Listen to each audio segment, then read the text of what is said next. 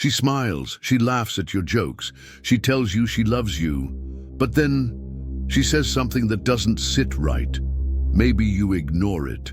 Maybe you tell yourself you're overthinking. But deep down, something shifts. Let me be clear. Some words don't come from love. They come from control, manipulation, or deep emotional immaturity. And if you ignore them, you won't just lose the relationship. You'll lose yourself. This video isn't about pointing fingers. It's not about blaming anyone. It's about protecting your peace, your purpose, and your growth as a man. There are certain things a woman can say that reveal more than you think. Little phrases that seem harmless, but underneath, they're warning signs. If she says any of these 5 things and you don't take them seriously, you could end up drained, confused, and stuck in a situation that slowly chips away at your confidence. I've seen it happen. I've lived it, and I've coached men through it. These phrases are red flags. They're not always loud. In fact, the most dangerous ones often sound calm, casual, even sweet. But words can shape your reality. They can build trust or tear it down in seconds.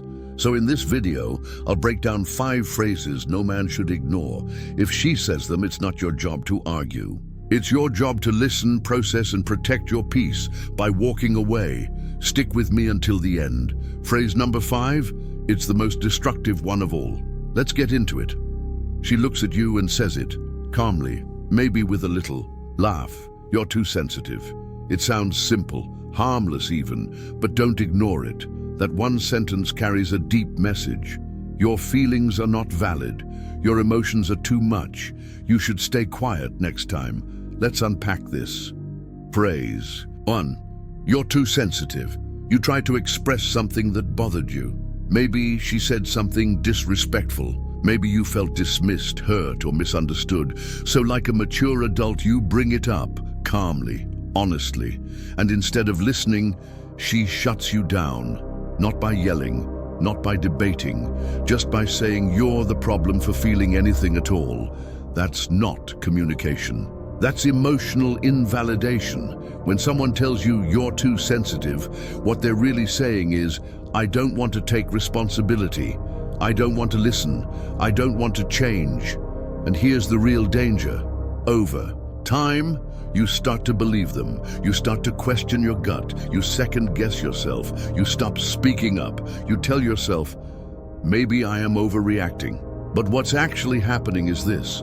You're being conditioned to silence your truth for the sake of keeping the peace. And that's not peace. It's emotional suppression. And emotional suppression leads to resentment, confusion, and eventually disconnection from your true self. Let's be clear. Having emotions isn't weakness. Expressing discomfort isn't drama. Being in tune with your inner world is a sign of awareness, not fragility. A mature, emotionally healthy woman will want to understand your perspective. Even if she disagrees with it, she'll listen, she'll ask questions, she'll hold space for you. Because she's emotionally intelligent enough to know that growth comes from understanding, not deflecting. But when someone tells you you're too sensitive, they aren't trying to understand you. They're trying to silence you. This kind of language is about control, not connection. It's a tactic to keep the focus off their behavior and on your reaction. It's like stepping on someone's foot and then getting mad when they say, ouch. Now let's talk about the impact. When you're constantly told that your emotional responses are too much, you start to shrink. You stop setting boundaries. You become afraid to speak your mind. You settle for surface-level communication because deep conversations feel like landmines. And eventually, you become a version of yourself that's more agreeable but less authentic. This is how relationships turn toxic without anyone ever raising their voice. Now, from a Stoic perspective, let's zoom out. Marcus Aurelius once said, if someone does wrong, it is because they are mistaken about what is right. In this case, she may not even realize the damage she's doing, but that doesn't make it okay. Stoicism doesn't mean suppressing emotion, it means mastering your response to it. So if someone tells you you're too sensitive, Don't react with anger. Don't beg for understanding. Instead, observe. Ask yourself, is this a pattern? Do I feel emotionally safe with this person? Can I express myself without being ridiculed? If the answer is no, then your sensitivity isn't the issue. The environment is. And here's your mini payoff. If someone uses this phrase to dismiss your feelings, understand this. They aren't trying to connect with you. They're trying to control how you show up. They want your silence, not your truth. Now, that doesn't mean every disagreement is a red flag. But if this phrase shows up repeatedly, especially when you're trying to communicate respectfully, it's a sign of deeper emotional immaturity or manipulation. And that's not something you fix by loving harder or being more patient. You fix it by respecting yourself enough to walk away from anyone who makes you feel small for simply being human. Let me leave you with this. You are allowed to feel. You are allowed to speak up. You are allowed to say, "This hurt me." And you deserve someone who doesn't just tolerate that, but welcomes it. The next time someone says, "You're too sensitive," just smile, because now you know they aren't seeing you clearly, and that's their loss. Let's move on to the second phrase, one that sounds like loyalty but hides a much darker truth underneath. Phrase 2, if you really loved me, you'd... It sounds like love. It sounds like a plea. But it's not. If you really loved me, you'd... What follows is usually a demand, a guilt trip, an emotional test that you can never quite win. Maybe it's, if you really loved me, you'd cancel that trip with your friends. If you really loved me, you'd give me your passwords. If you really loved me, you'd stop talking to your sister. It starts small, but over time, it grows. And before you know it, love becomes a contract, one where your freedom is the currency. Here's what's really happening. She's using your emotions against you. She's taking something beautiful, your care, your devotion, and twisting it into obligation. And once you give in, even once, the cycle begins. Why is this so dangerous? Because healthy love never asks you to prove it. It invites you to express it freely, without pressure, without conditions. This phrase turns love into a bargaining chip. It says, if you don't do what I want, you must not care. And that creates a loop where you're constantly trying to prove your worth by meeting demands that may not even be fair or reasonable. Let's go deeper. Real love respects boundaries. Real love doesn't manipulate. Real love understands that two people can disagree and still care deeply. So when someone says, if you really loved me, they're not asking for love. They're asking for control. From a Stoic lens, it's vital to recognize when emotion becomes a weapon. Stoicism teaches us to act according to reason, not impulse. If someone pushes you into choices that betray your principles, that's not love. That's emotional blackmail. Now understand this. Everyone has needs. Everyone wants reassurance. But there's a difference between open communication and emotional pressure. Let's say she says, I feel distant from you lately. Can we spend more time together? That's healthy, that's honest, that's communication. But if you really loved me, you'd skip work today. That's manipulation dressed up in romantic language. Here's the hidden danger. The more you give in, the more the goalpost moves. Suddenly, everything you do becomes a test. And even when you pass, there's no peace, just the next demand. Men in these situations often start losing touch with themselves. They stop spending time with people they love. They stop doing things that bring them joy. They live in fear of disappointing someone who says they love them, but treats them like a project to control. And the worst part? She might not even realize she's doing it. But again, that doesn't make it okay. It's your job to recognize the pattern. It's your job to say, love isn't a test. It's a choice. And if someone constantly makes you feel like you have to earn their love by sacrificing your identity, you already know the answer. You need to walk away. If someone truly loves you, they won't say, "If you really loved me, you'd..." They'll say, "I feel this way, can we talk about it?" Love built on fear is not love. Love built on pressure is not love. And love that demands a sacrifice of your self-worth is not worth keeping. So the next time you hear that phrase, pause. Breathe. Don't react with guilt. Respond with clarity. Because now you know the truth. Real love doesn't force you to prove it. It allows you to live it. Let's keep going. Phrase 3 is one that sounds like independence, but underneath, it's a wall that can slowly isolate and dismiss your value in the relationship. Ready? Let's break it down. Phrase 3. My ex used to do that too. It seems like a harmless comment, just a passing remark, but don't underestimate its weight. When a woman says, "My ex used to do that too," especially in the middle of your effort, your thoughtfulness, or even your vulnerability, she's doing more than sharing history. She's drawing a line of comparison, and comparison is the silent killer of emotional intimacy. Let's unpack this. You tell her a joke, you try something new, you open up, take a risk, make a gesture, and suddenly she's talking about her ex. Not with pain or closure, but with familiarity, with fondness, with nostalgia. It might seem subtle, but here's the truth. This comment drops you into a mental boxing ring. Whether she realizes it or not, she's making you fight a ghost. You didn't ask for that. You didn't sign up for that. And you certainly shouldn't tolerate it, because relationships aren't meant to be contests with the past. They're meant to be a collaboration in the present. Now, don't get it twisted. It's normal to have a past. Everyone brings experiences, memories, even scars into a new relationship. That's human.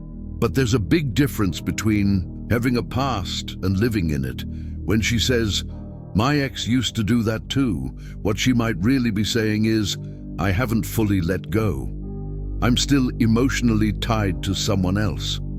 You're not original, just another version of what I already had." And here's why that's dangerous. It's a form of subtle disrespect. It makes your efforts feel recycled. It turns your individuality into a rerun. Instead of creating a space where you both grow together, it sends a message. You're being measured against someone who isn't even here. That creates insecurity. That builds resentment. And worst of all, it slowly erodes your sense of uniqueness and worth. Imagine planting a new tree, but every time it starts to grow, someone says, "Yeah, the last one had better leaves." Eventually, even the strongest tree will stop trying. Let's talk about the Stoic angle. Stoicism teaches us not to be disturbed by what others say, but it also teaches us to choose wisely who we keep close. A person still anchored in the past isn't just hurting themselves. They're slowing down your future. Because they're not seeing you, they're seeing a memory wearing your face. Epictetus once said, "Attach yourself to what is better." A partner who's emotionally stuck is not better. A partner who compares is not growing. And a partner who makes you feel second to someone who's not even present is not for you. Now, let's get even more real. Sometimes this phrase is used to test your reaction. She wants to see if you'll get jealous, if you'll compete, if you'll fight for her validation. But you don't have to take that bait. You don't compete with ghosts. You don't battle history. You hold your ground. Here's what you do. Instead, if she brings up her ex, calmly respond with this: "I respect your past, but I'm here to build something new." If that's not where your focus is, we might not be aligned. That's not drama, that's clarity, and clarity is attractive. What happens next will tell you everything you need to know. If she gets defensive or dismissive, you just learned where you stand. If she apologizes and shifts, there may still be room to grow. But if it keeps happening, you walk. No bitterness, just boundaries. You see, every relationship is a chance to start fresh, but not everyone is ready to let the past go. And when they can't or won't, It becomes your job to decide what you allow, because no matter how strong, smart, or stoic you are, you can't build something new with someone who keeps dragging yesterday into today. Let's leave you with this. If a woman keeps comparing you to her ex, remember, you're not building a triangle. You're building a future. And only two people are needed for that. So the next time she says, "My ex used to do that too," don't get angry, don't get insecure, just get clear. You're not him, you're not supposed to be. And if she can't see that, she doesn't deserve you. Let's keep going. Phrase 4 reveals a subtle phrase that feels empowering, but might be pushing you out emotionally without you even realizing it. Ready? Phrase 4, "You're lucky to have me." It might sound like confidence, like someone who knows their worth, but listen carefully, because it's not confidence. It's arrogance wearing a cheap disguise. When a woman says, "You're lucky to have me," she's not celebrating the relationship. She's not expressing gratitude. She's putting herself on a pedestal and handing you a mop to clean up. After her, let's break this down. At first, it might seem flattering. You might even laugh it off, thinking she's just teasing. But if it becomes a pattern, if that phrase keeps showing up, it's not a joke, it's a signal, a warning, because someone who constantly reminds you of how lucky you are to have them is silently sending another message. You need to work to keep me. You're beneath me. I'm the prize, and you're just the player. Here's the truth no one tells you. Real love doesn't come with a scoreboard. Healthy relationships are built on mutual respect, not power dynamics. And the moment someone starts acting like you owe them for their presence, it's no longer a partnership, it's a performance. Now, let's get clear on the difference. Confidence says, "I know I bring value to this relationship." Arrogance says, "You'd be nothing without me." And that second one, that's poison. It creates an uneven playing field where you constantly feel the need to prove your worth, to show you're good enough, to earn something that should have been freely given. Respect. When someone feels the need to remind you how lucky you are, they're not trying to lift the relationship. They're trying to hold power over it.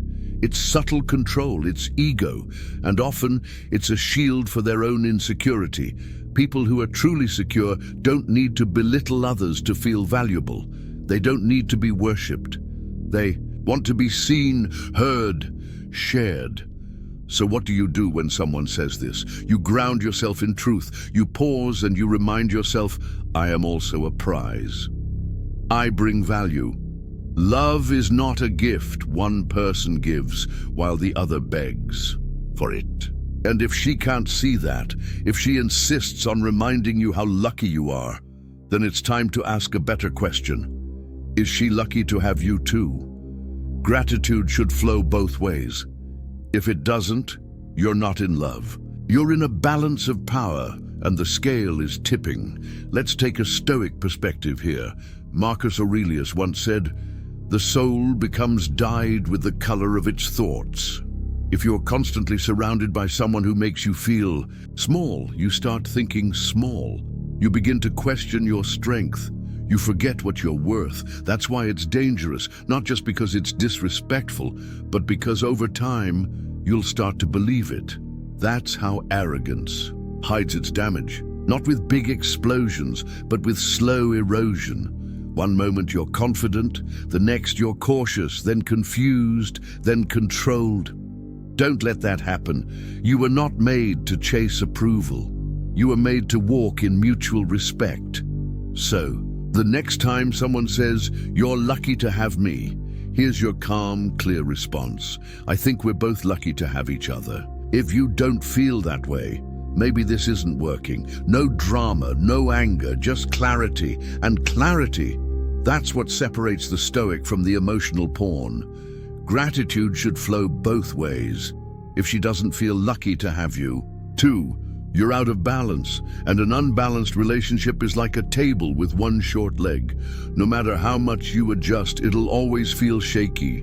It'll always feel off, until one day it collapses under the weight of resentment, So be honest with yourself. If she walks around like she's doing you a favor by being in your life, then maybe the real favor is letting her go.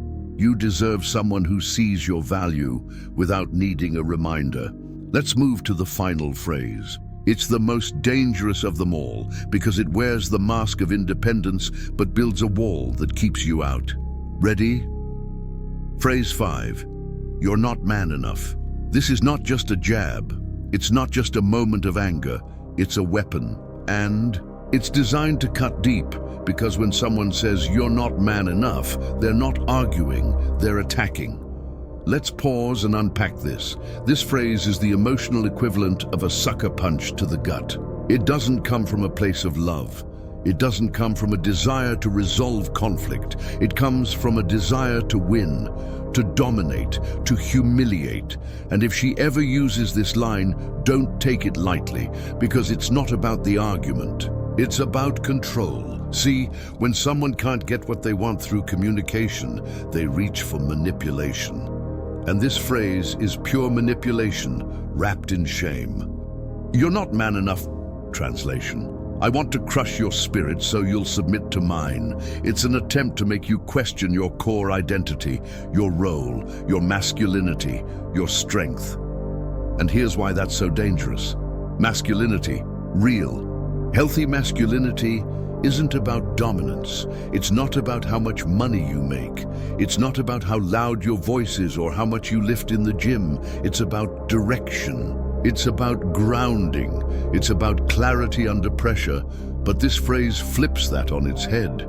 It makes you doubt yourself. It makes you question whether you're leading or lagging, strong or weak, valuable or disposable. And once self-doubt sets in, everything else starts to erode. Your confidence, your voice, your boundaries.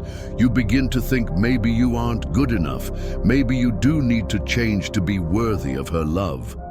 But here's the truth. A woman who respects you will never need to shame you to feel strong. A woman who values you won't weaponize your manhood just to win an argument. This phrase is a red flag, not a yellow one.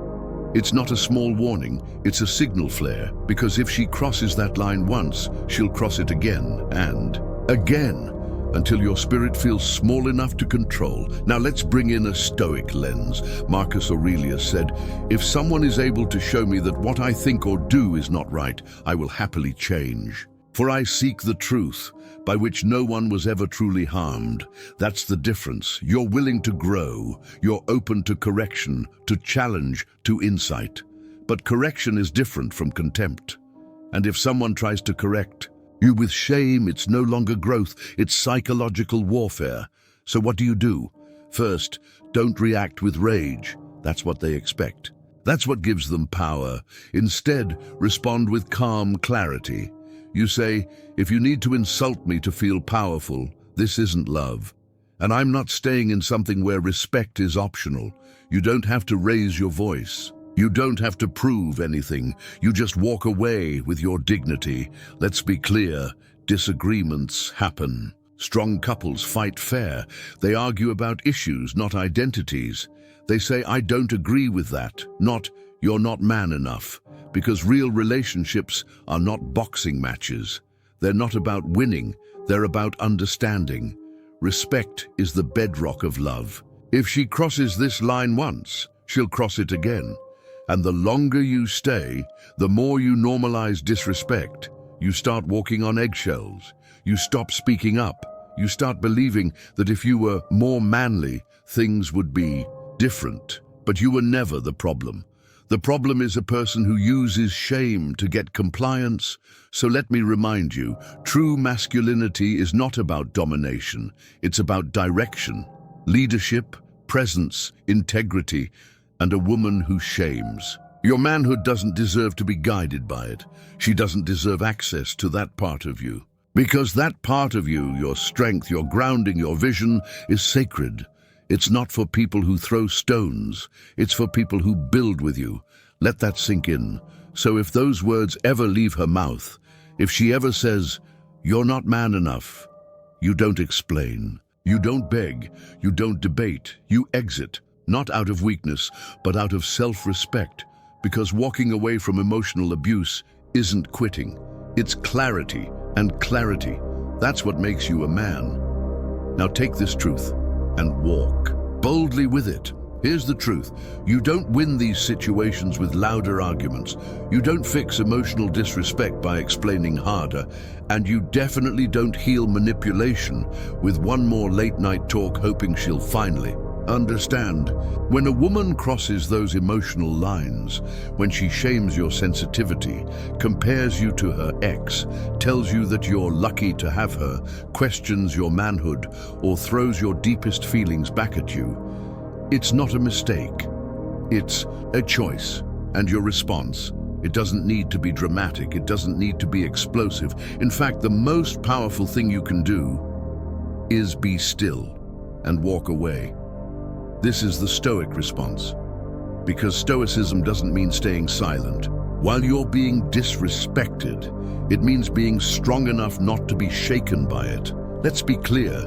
You don't argue. You don't beg. You don't lecture, you observe, you decide, and you leave with your head held high because a man who knows his value doesn't stay where it isn't honored. That's not ego. That's clarity. When you walk away from someone who disrespects your boundaries, you're not being weak. You're showing unshakable strength. You're saying, I don't need to destroy you to protect me. I just need to remove myself.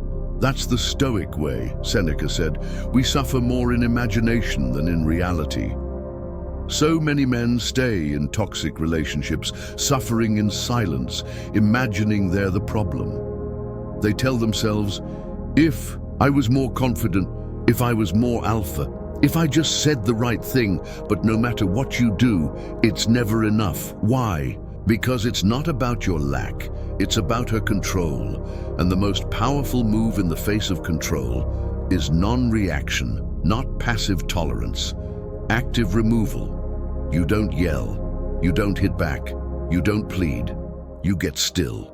You get clear, you go. Let your calm be louder than her chaos. Let your silence be more deafening than any insult. Let your peace be your power. And when you leave, don't just move out physically. Move on mentally, emotionally, spiritually. Don't stalk her social media. Don't check in to see if she misses you. Don't leave the door half open hoping she'll change. Let closure come through growth, not contact. This is your time to rebuild.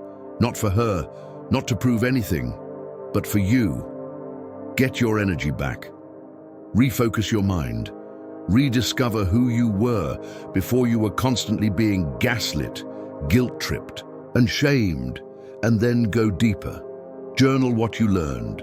Write down the patterns. Ask yourself, what did I ignore? Where did I tolerate too much? What were the warning signs? Because Stoicism isn't just about control in the moment, it's about wisdom for the future.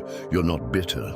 You're not angry, you're informed, and next time you'll spot the red flags before they cut deep.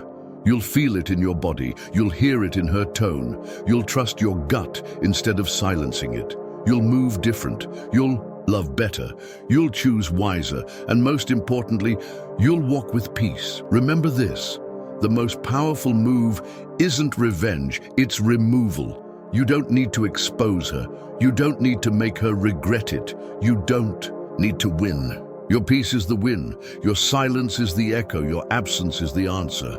Because a man who truly knows himself doesn't chase chaos. He builds peace and protects it ruthlessly.